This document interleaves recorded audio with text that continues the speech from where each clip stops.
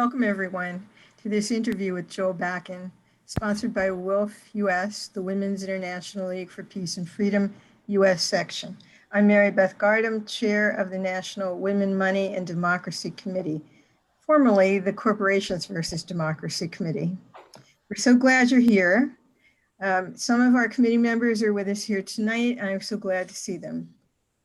Helping keep the chat tonight will be Ricky Gard-Diamond in Vermont. Ricky's book, Scronomics, How the Economy Works Against Women and Real Ways to Make Lasting Change, addresses some of the Wall Street criminal activity that the new corporation film touches on, and also describes some of the brave women in finance who tried to sound alarms.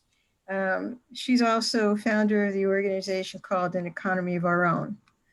Our technical assistants tonight are WILF members Ellen Schwartz in Sacramento, California, wave Ellen, and Ellen Thomas in the mountains of North Carolina. I would really be lost without them.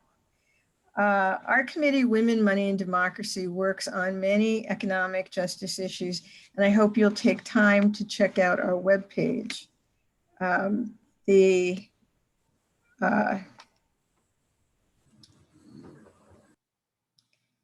We meet monthly, the third Tuesday of every month by Zoom, and it's really going to be terrific if some of you could join our committee. WILF is the oldest international women's peace organization, founded in 1915 by Jane Addams and a group of international women who were trying to stop World War I. When you join the US section for just $35 a year, you connect with and support the work of peace women across the planet and activists right here across the United States. Or if you can't join right now, your donations to WILF supports our work. You can go to our website and click the donate button. It's really, really easy. As we begin, please put your name in the chat with your location. And for now, we'll have everyone remain muted against any background noise. We'll be using the chat for links to reference materials and comments. So know that you can save the chat at the end, and don't worry about making notes. I wanted to take just a few minutes to explain on what basis a peace organization chooses to address economic injustice, wealth gap, and the conversion of citizens into commodified profit margins. What's corporate power got to do with nuclear weapons abolition, disarmament, and peace? Each of us probably has our own answer for that, but here's mine. Just after 9/11, conservatives capitalized on the fears and shock value of that tragedy to seize formerly unimaginable powers through the Patriots Act. Amazingly, most of our senators admitted afterwards that they hadn't even thoroughly read the act before approving it.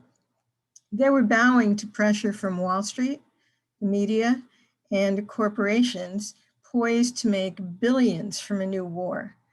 They've certainly made billions, and the world has lost trillions with incalculable human and cultural losses.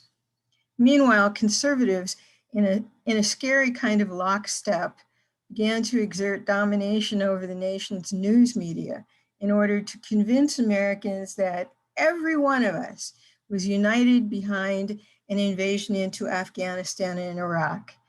They diabolically tied their goals to acquire Iraq's oil reserves to a strange, intoxicating cocktail of religious fundamentalism and patriarchy masquerading as patriotism.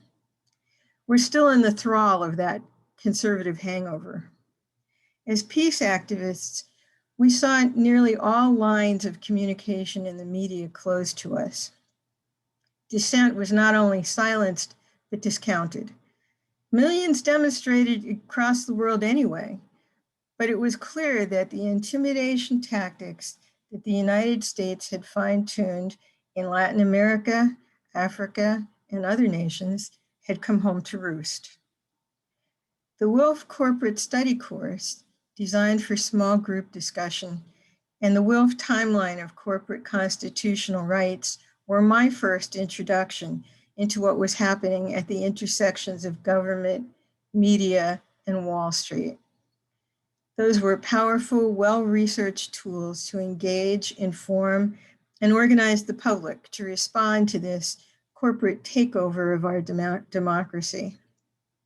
Their careful documentation of the pattern of corporate abuse helped inform the next decade as we saw even more levers being pulled behind the scenes to make peaceful protesters, independent journalists, and alternative views the enemy. That kind of toxic, unregulated corporate power is the issue that lies at the center of every other issue that we in WILF and our allies across the country work on. Our members recognize that without a vibrant democracy, the hopes of people who yearn for peace and even just for security will always be in jeopardy. Our work to challenge corporate power stems from that awareness. So that's what peace has to do with all of this. WILF has been connecting the dots for a very long time.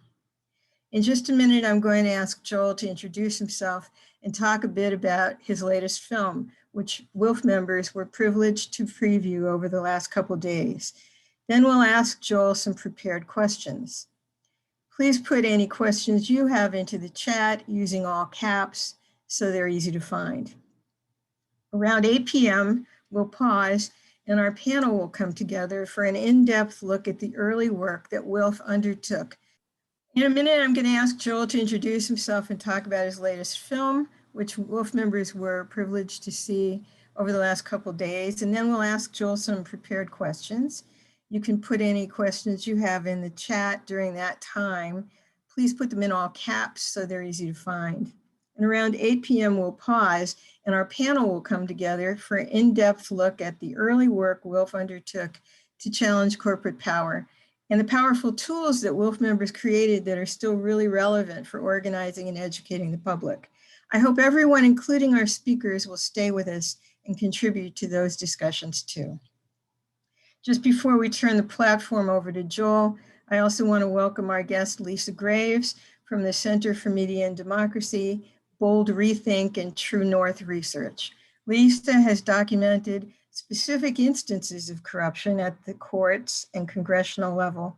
She's been a particular scourge to the Koch brothers by relentlessly exposing their dark money contributions, conservative think tanks, PACs, and interference with our electoral system in the United States. Lisa joins us to help ask Joel some thoughtful questions. Now at last, our featured guest.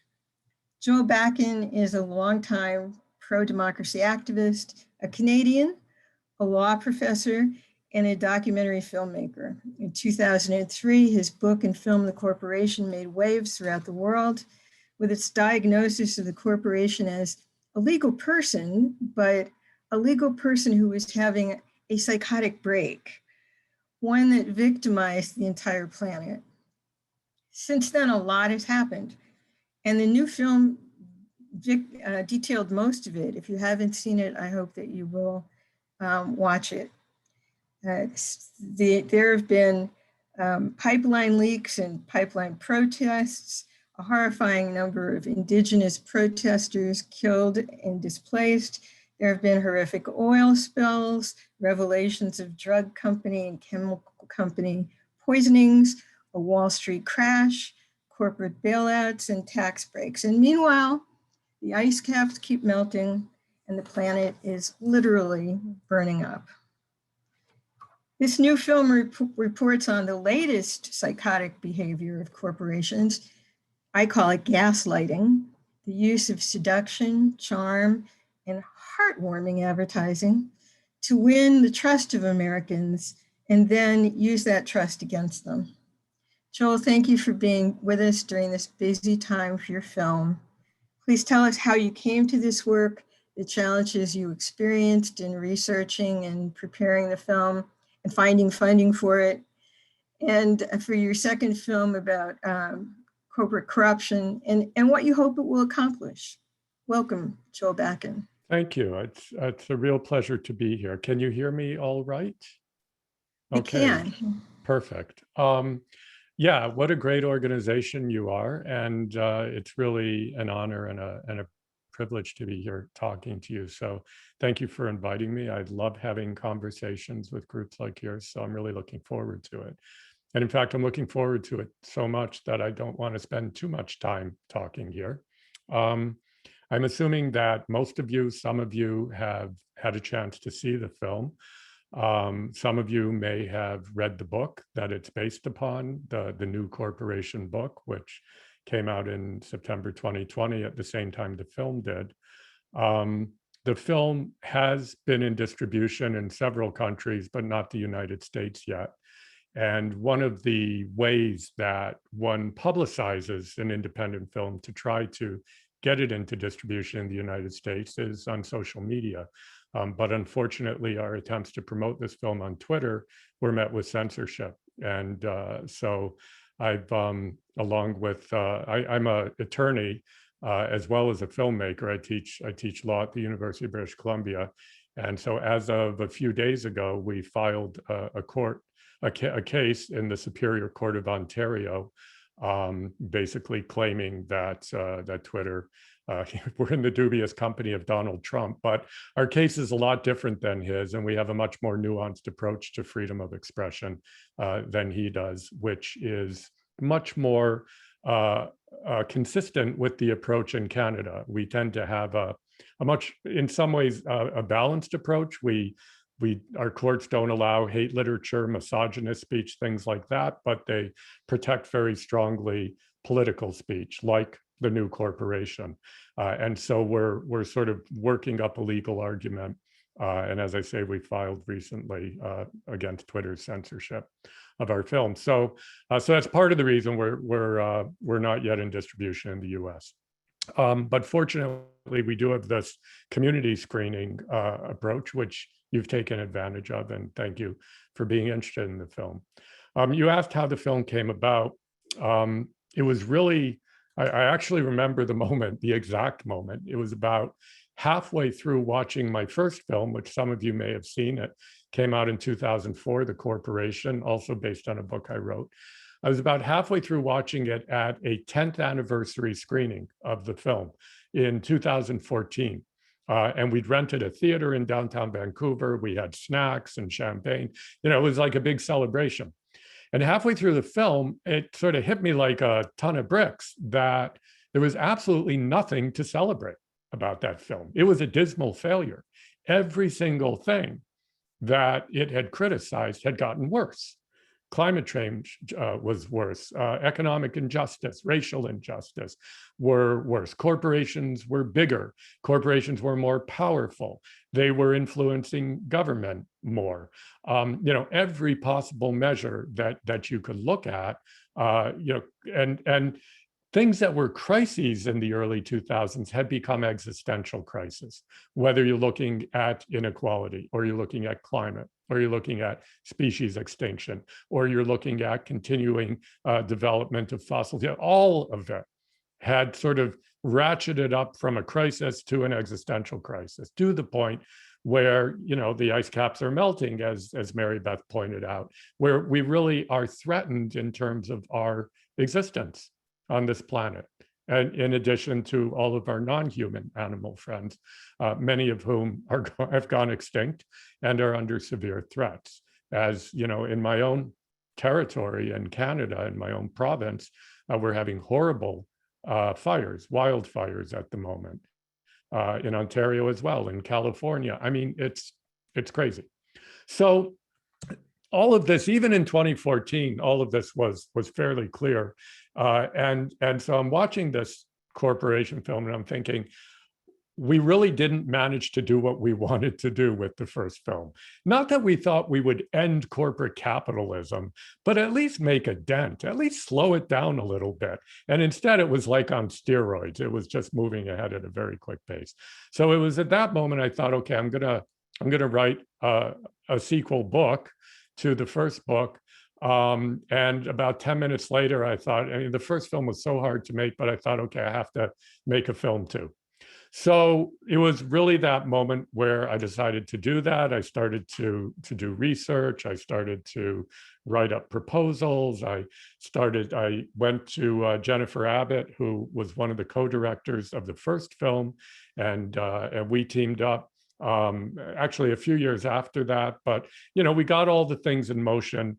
Mary Beth had asked about funding. Funding is difficult, but not that difficult, because in Canada, just like our medical care system, our filmmaking system is also socialized. So there is a lot of social public resources for filmmaking, especially when you're making non-commercial independent films.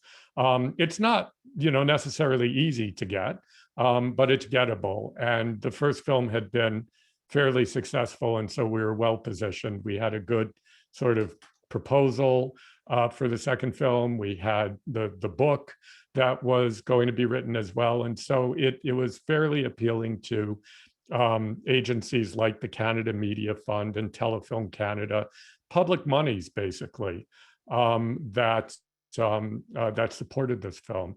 So we managed to get, I'm not saying it was easy, but what I will say is that I don't think we could have gotten this film funded in the United States. It is because of the sort of public nature of film funding in this country that we managed to get it made. The challenges of making the film were substantial, especially because of the first film. It was not easy to get people from the corporate sector to talk to us, but we did. If you've seen the film, you'll see Lord John Brown, the former head of British Petroleum. You'll see Richard Edelman. You'll see Jamie Dimon. You'll see Klaus Schwab. We managed to get ourselves into Davos, which is a story in itself, which anybody's interested, we can talk about. And there we were, making our film. So it was challenging, but doable. And of course, working with activists like the ones you see in the film, with progressive academics, that was just a dream. And they were all just so generous with their time and with their ideas. But so, I think Mary Beth laid out all the horrible things that have happened over the last 10 years, and also the idea that corporations have kind of, we diagnosed them as psychopaths in the first film. In the second film, we emphasize the fact that they have developed this idea of charm. So they become charming psychopaths through social responsibility, sustainability. They're going to save the world. And that's kind of our entrance point in the film. And that's what we look at when we go to Davos, because that's what Davos is all about. And the basic argument of the film, and I'll just sort of lay it out, and if you've seen it, you know this, but it's the idea that the good corporation is dangerously deceptive. It's deceptive because corporations have changed the way they talk, but they haven't changed in terms of their actual nature, which is the psychopathic nature that we reveal in the first film. That hasn't changed. Those laws that make the Constitution a person and then give it a profoundly self-interested character are exactly the same as they were in the early 2000s. So that's the deception. And so you have companies like, I'll take the issue in terms of peace and nuclear weapons. Mary Beth had mentioned that. This is in the book, it wasn't in the film, but you have a company like Honeywell, which is a major military contractor. And they have a plant in Kansas City. And they made that plant super sustainable. They got every certification you can get. It's fantastic. It's wonderful. It, makes more electricity than it uses. Everything is recycled. It has zero carbon footprint. It doesn't use water, or if it does, it recycles it. It's incredible. And so they present this to the world and they say, hey, look at us, aren't we great? But there's one problem. What they make in that super sustainable plant, nuclear weapons components. So you see, it's that kind of contradiction that I think, and in the book, I go through many dozen more examples like that.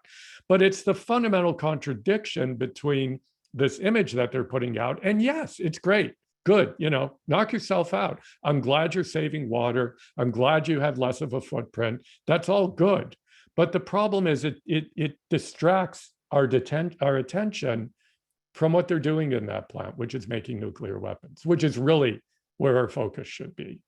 And so it's that dynamic that I look at. Now, why is it dangerous as well as deceptive? Well, deception generally is dangerous in itself, but there's another way that it's dangerous. And that is that there is and I'm not being a conspiracy theorist in saying this. I mean, you can go and talk to people, which I did in Davos, and they would say this in effect.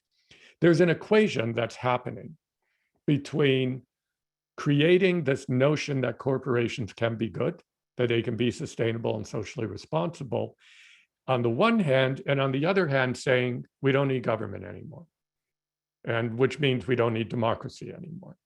That we can be good, we can be publicly minded, we can take account of the public interest, so we don't need to be regulated. Why would you regulate somebody who's good?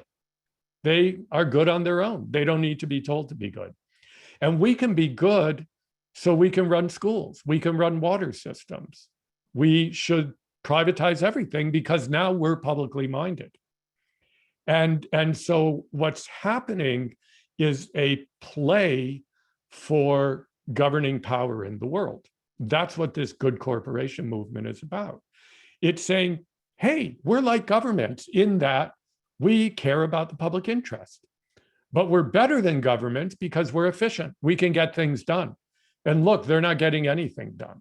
They're told, I mean, what they don't say is the reason they're not getting anything done is because we have lobbied them like crazy for the last 40 years to roll back taxes, roll back social services, roll back regulation to the point they can't do anything anymore.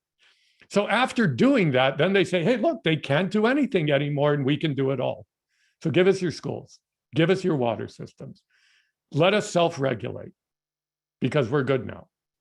And you may think that sounds fanciful, but when you go to talk to people, which I did, and you see in the film, and I lay it out more clearly in the book, when you talk to people like Richard Edelman, who's probably the world's top public relations kind of person. All corporations pay him lots of money to tell them what to do and what's going on in the world. And I interviewed him in Davos, and he was saying, hey, look, these corporations are good now. It's fantastic. They can, and these are the words he used, they can now fill the voids left by retreating governments.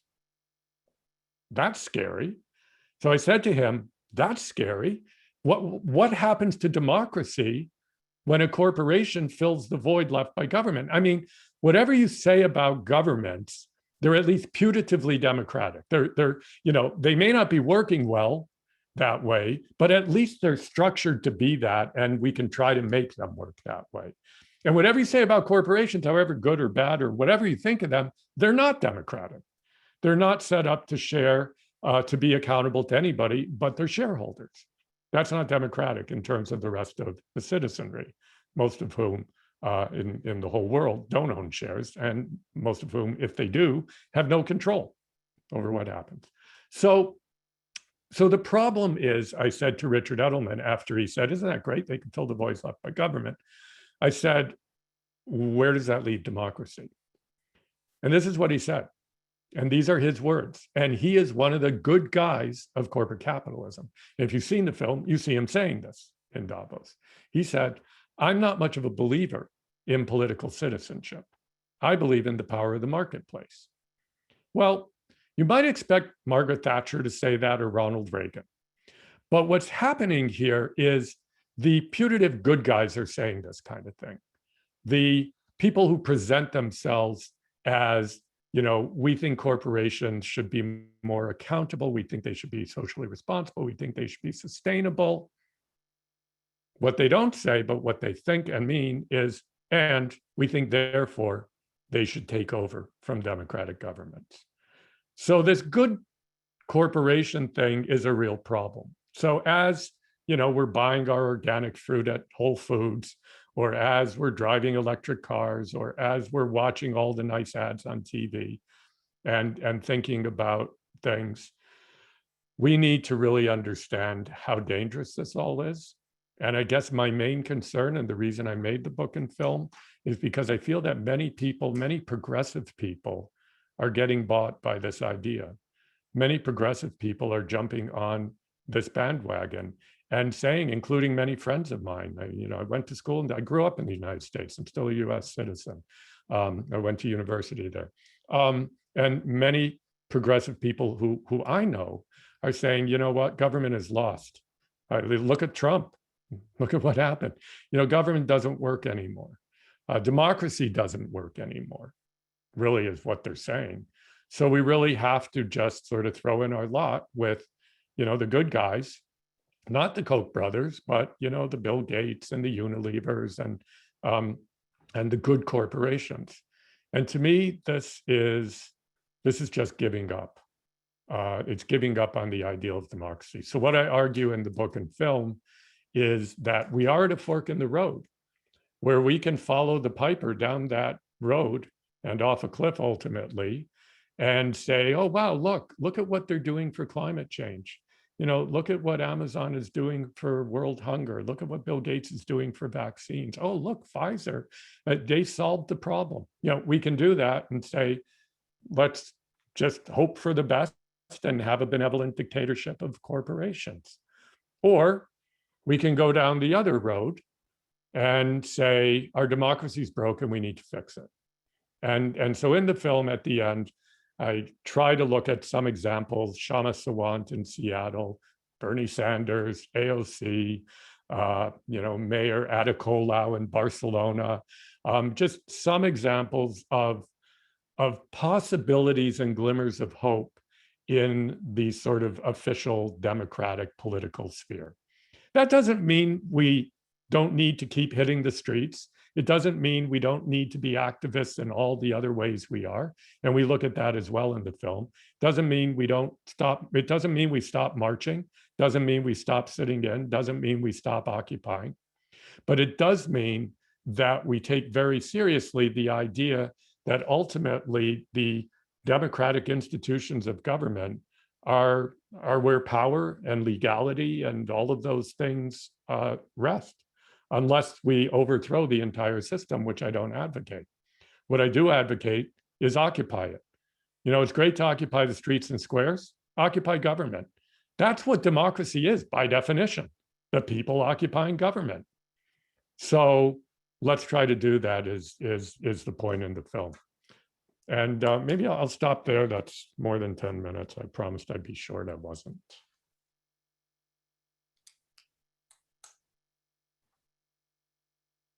You have to turn You're on mute, Mary Beth.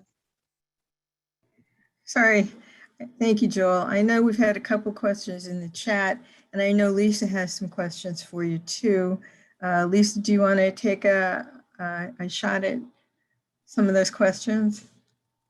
I'll start, although I know that there are folks who want to get in, so I don't want to dominate, but I just want to say, Joel, the film is, I wrote down magnificent, illuminating, infuriating, terrifying, and inspiring. It really is a must-see. I hope people will find ways to see it and share it. And also, obviously, the original book was an excellent diagnosis of the the bane of our existence, in the sense of this corporate domination thing that was never envisioned in the founding documents with the flaws that they contain. That was not one of them.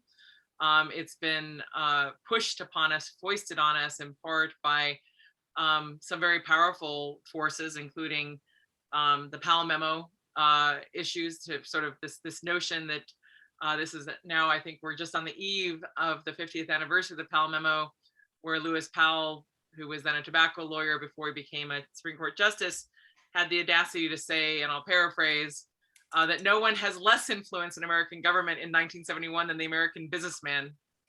Wasn't true then, and it certainly isn't true now, after all of the structures that he urged be put in place, and that people like Charles Koch and others put in place.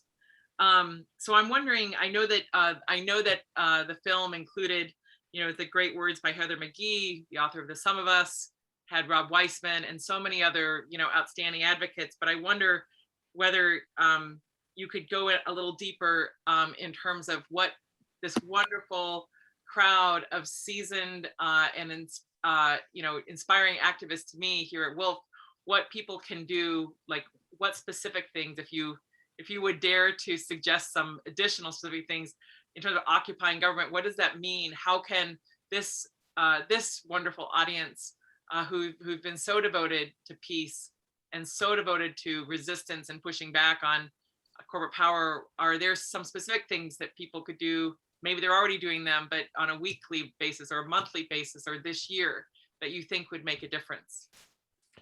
Yeah, it's a really great question. And, you know, the first thing I would say, and we document this in the film, is, and I mean, Heather McGee says this in the film, or no, she doesn't say it in the film.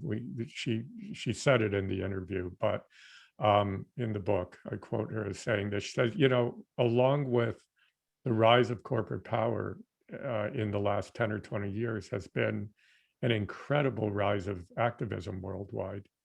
And, you know, Michael Hart says that as well. You ask, you know, the question, what should we do? Well, you know, part of the answer is look at what everybody's already doing. There's so much going on, and sort of find your place there. I mean, there's look at your group, you know, there's just so much going on in terms of revealing harms that are happening, creating cooperatives, community activism on a local level. I mean, one of the messages in the film is that it's very hard to operate on a national scale, but and this is kind of the story in terms of the urban renaissance, as Juan Gonzalez describes it.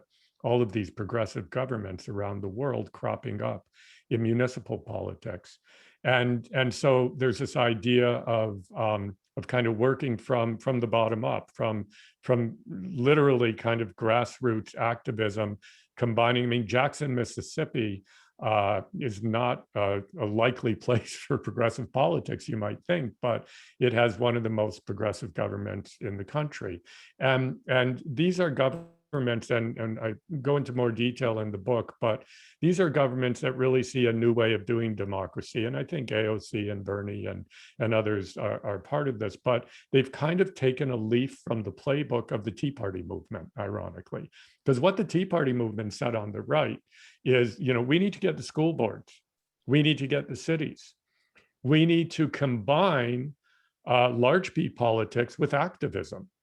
You know, we need, we've got the National Rifle Association as an activist group that needs to work really closely with government, and at the local level, at the national level, at the state level. So it's a model of a kind of hybrid between activism and government. Now, I'm not suggesting we should all go off and join the Tea Party movement. What I am suggesting is that that's what we need to do on the progressive side of the spectrum, on the left. We need to really think about how we can unite progressive politics at the grassroots with government at all levels, but perhaps starting at the local level, where it's at least more easy to do it, and where there are so many examples and so many templates for how to act. I mean, even if you're living in a small town in Vermont or Utah, think about whether there are synergies between your activist orientation and what you might do sitting as a city councilor, or supporting a city councilor, or creating a new party like Ada Colau did. I mean, Ada Colau's story was fantastic in Barcelona, and it's the same as Shama Sawant's story in Seattle. Both of them were Occupy activists. Ada Colau was part of what was called Los Indignados, which was the Spanish movement that actually inspired Occupy in the United States. And it itself was inspired by the Arab Spring. So there was this kind of chain reaction that's talked about in the film. And Ada Colau told me, I was sitting in the square in Barcelona, shouting, the government does not represent us. The government does not represent us. And we were so successful in saying that, we told everybody to boycott the national election, all the progressives, and they did. And, it was a big victory. They all boycotted it. And this horrible right-wing government got elected. And so she tells that story, and she said, boy, did that was like, that hit me on the head. And I realized that as we were sitting in the square, we need to do more. And so she actually created a political party that was feminist, that was socialist, that was ecological, just sort of a rainbow kind of progressive party. But that was also very much oriented to solving economic justice. And she got herself elected. And she got herself elected a second time, as we show in the film. So I guess, we think of ourselves in many different roles. We think of ourselves as workers. We think of ourselves as parents, as sisters, as brothers, as family members. We think of ourselves in all of these roles. And often, during many parts of the day, as consumers.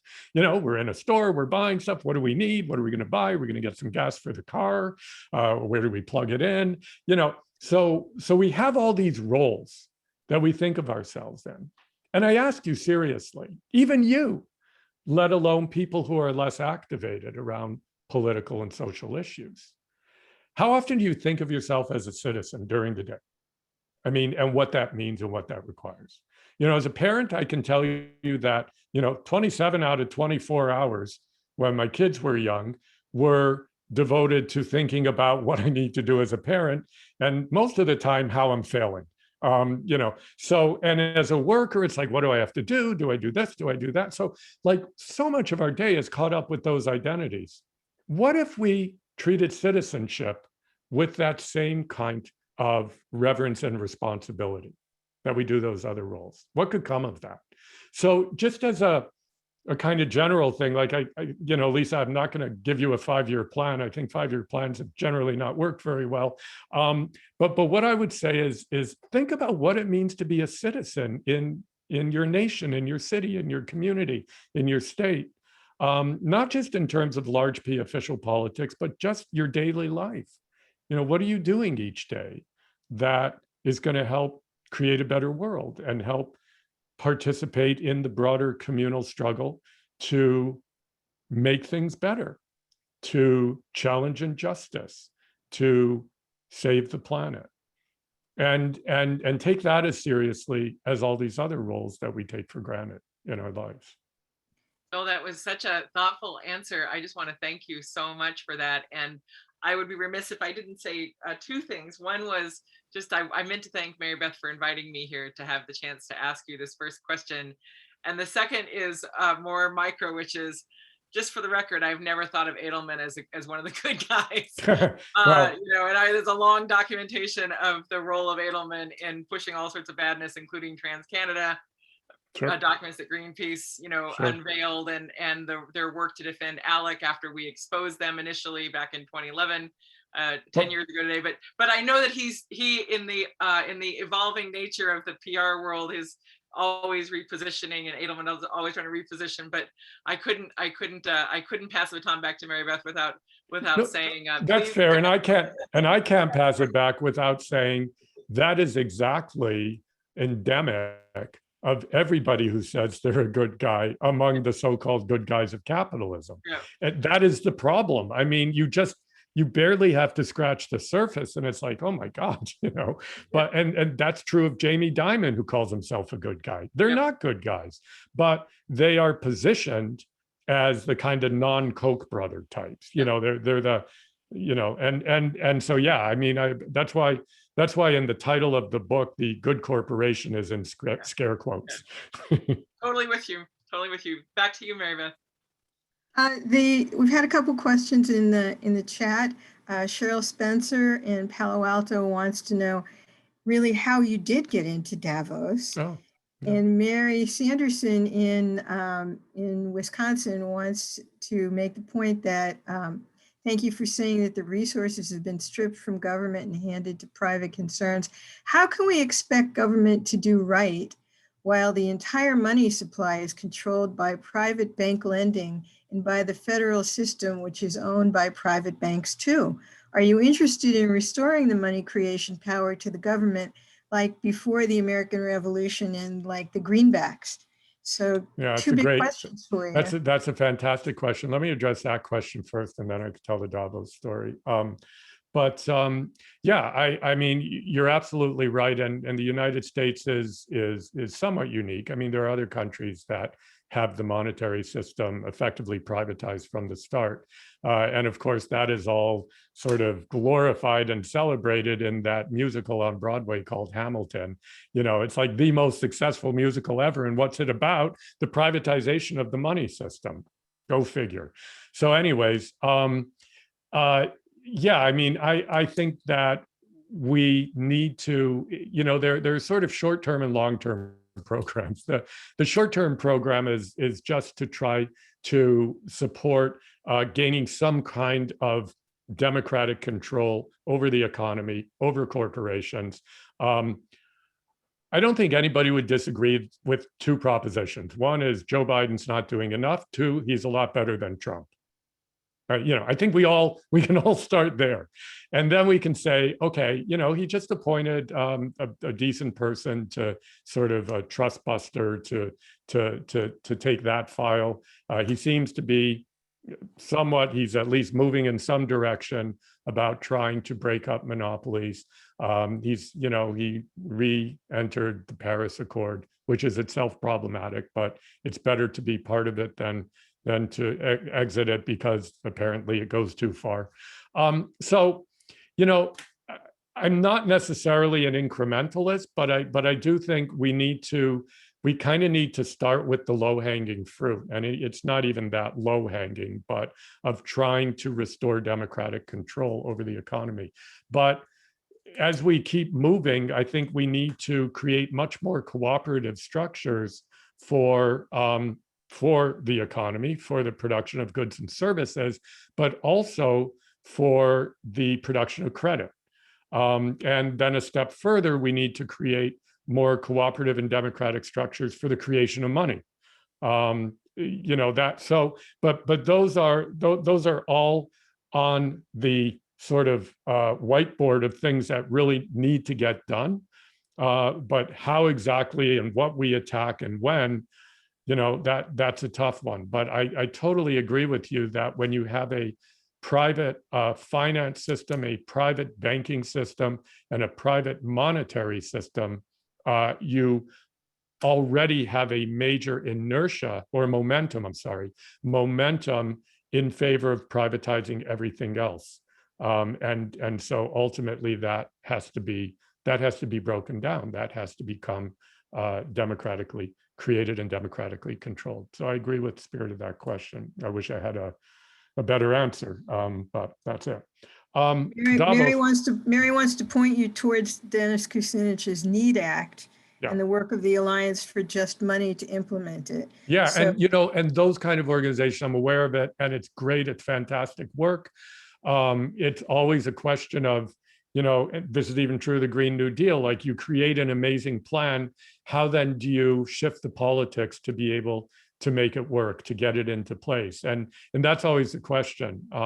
It's like, you know, I've created a lawsuit against Twitter, but how do I win it in conservative courts? And so as activists, we're always full of great ideas, and we have to keep creating those ideas because they give us the hope and the vision that we need to put action behind. But it's a struggle, it's a fight to get those ideas in place. It's a struggle enough to create them, but then I think it's more of a struggle to try to actually enact them, literally enact them as public policy.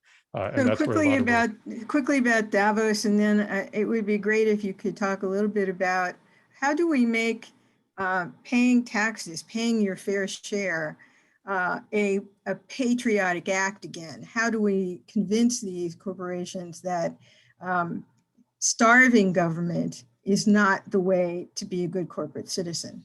Let me address that question first. Again, it's not that I'm avoiding Davos, it's just that it's lighter fare than these kind of questions. These are important questions. And I think that you know, the point is that corporations are never going to, corporations don't have patriotism. Let's start there. Corporations don't have values. They use patriotism as a trope and as a PR thing, but corporations are patriotic to only one goal, and that is creating wealth for their shareholders. That's their nation. That's their patriotism. And I'm not saying that to be critical of corporations. I'm just stating a fact about the law that constitutes corporations. Nowhere in the law that constitutes and creates corporations does it say, and you have to be patriotic. Nowhere does it say you have to be environmental. Nowhere does it say you have to be anything. What it says, the duty, the overarching duty is make money for your shareholders. You have a fiduciary duty to your shareholders, but not to anything else, not to your country even.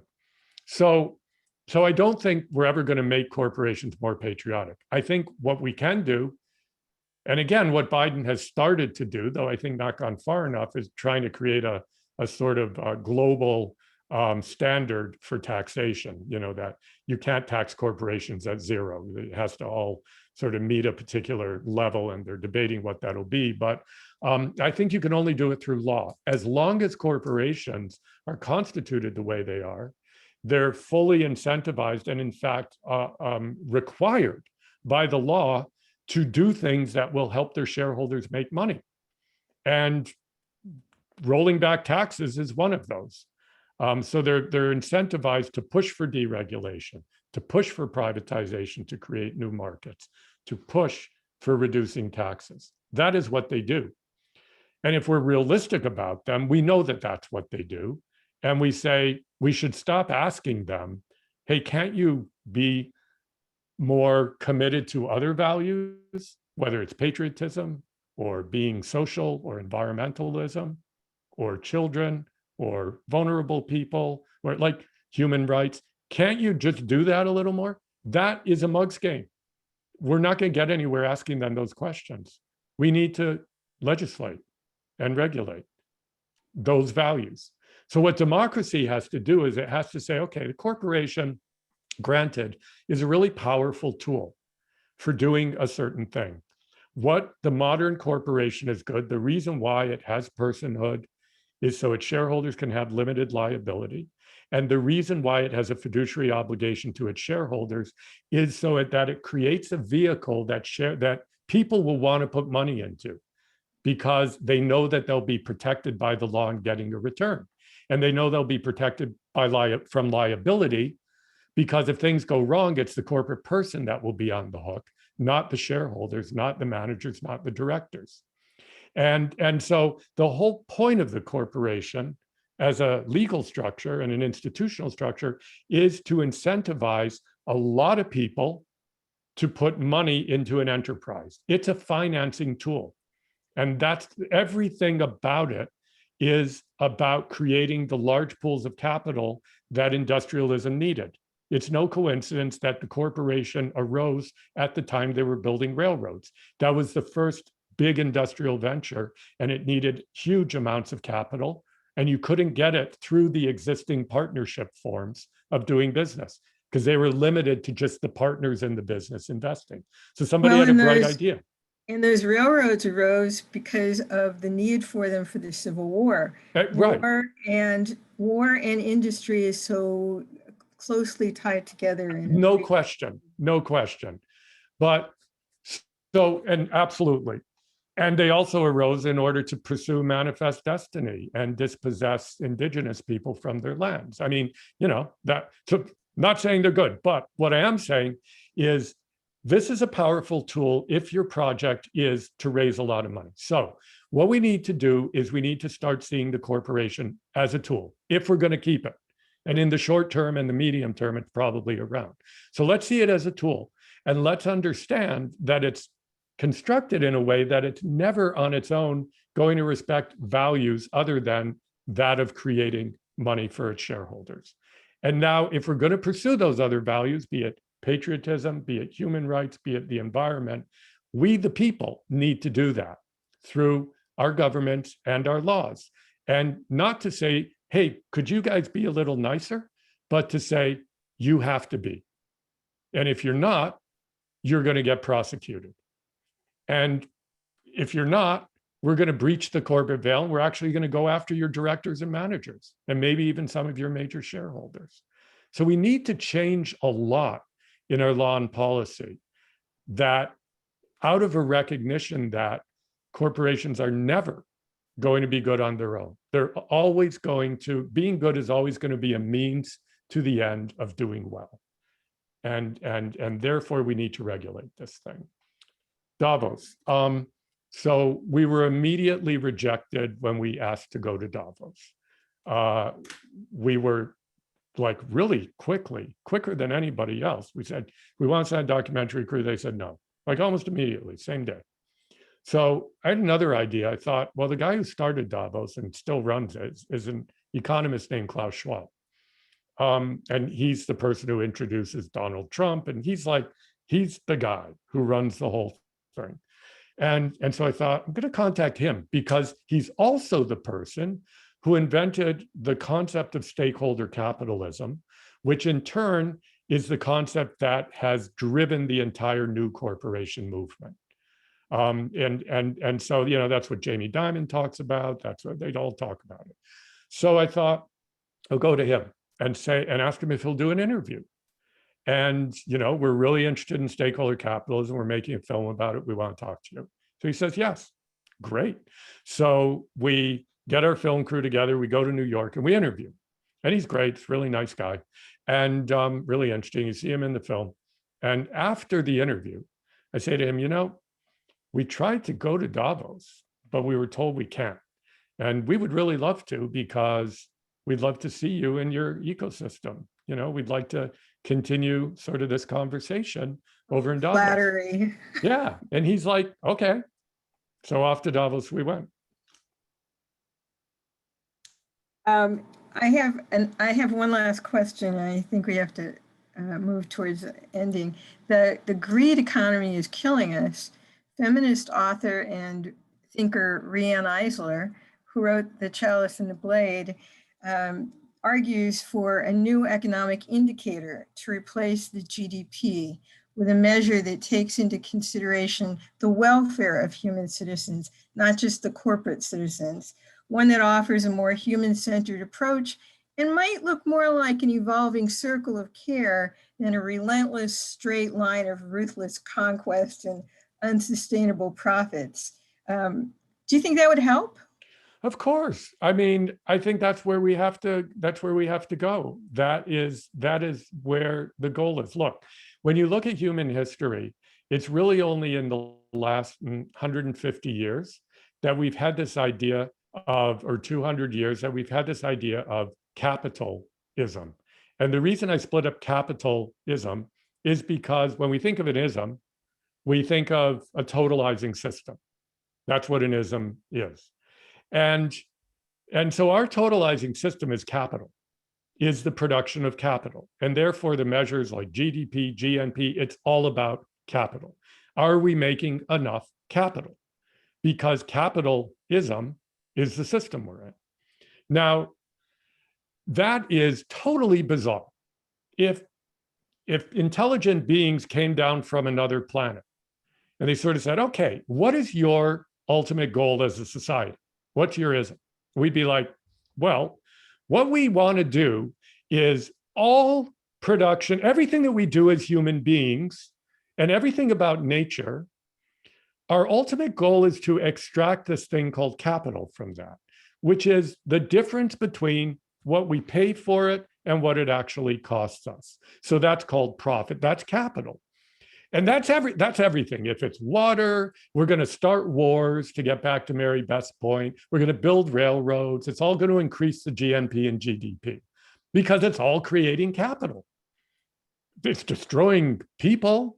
It's destroying the earth, but it's creating capital. That is totally messed up. And as I say, any intelligent being from another planet, unless it was from a capitalist planet, would look at that and say, what? That, like of all the things that you've decided to do in creating your society as its ultimate goal, that's what you've chosen? And the intelligent being from another planet would be, look, shouldn't the thing that we be trying to do is to help society? Shouldn't that be our goal? So shouldn't the ism be social, for example? Oh, socialism. That makes sense.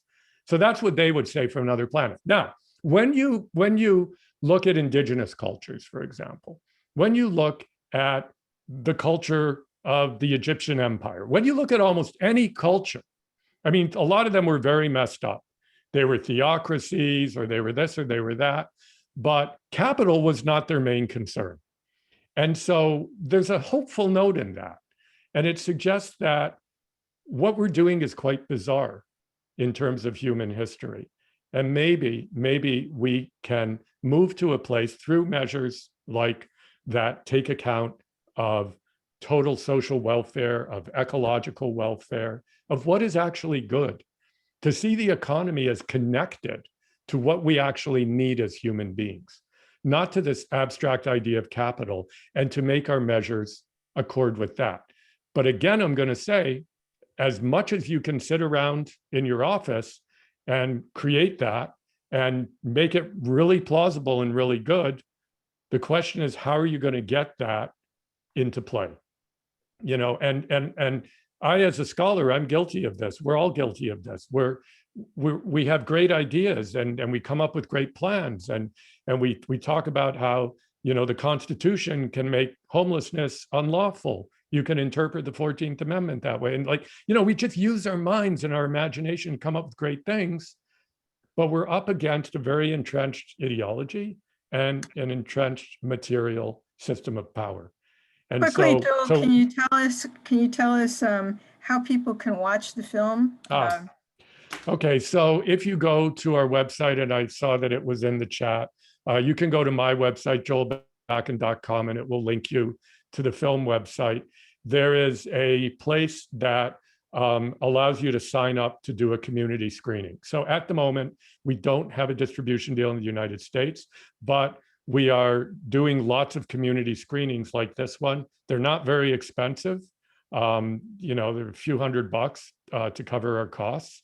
And it explains how you can do that. So any group can do a community screening of the film like you have, and I'll show up and we'll do a Q&A and all of that. That's all we can do at the moment, unless you are good at hacking computers and can figure out a way to watch the film illegally, which I'm not encouraging.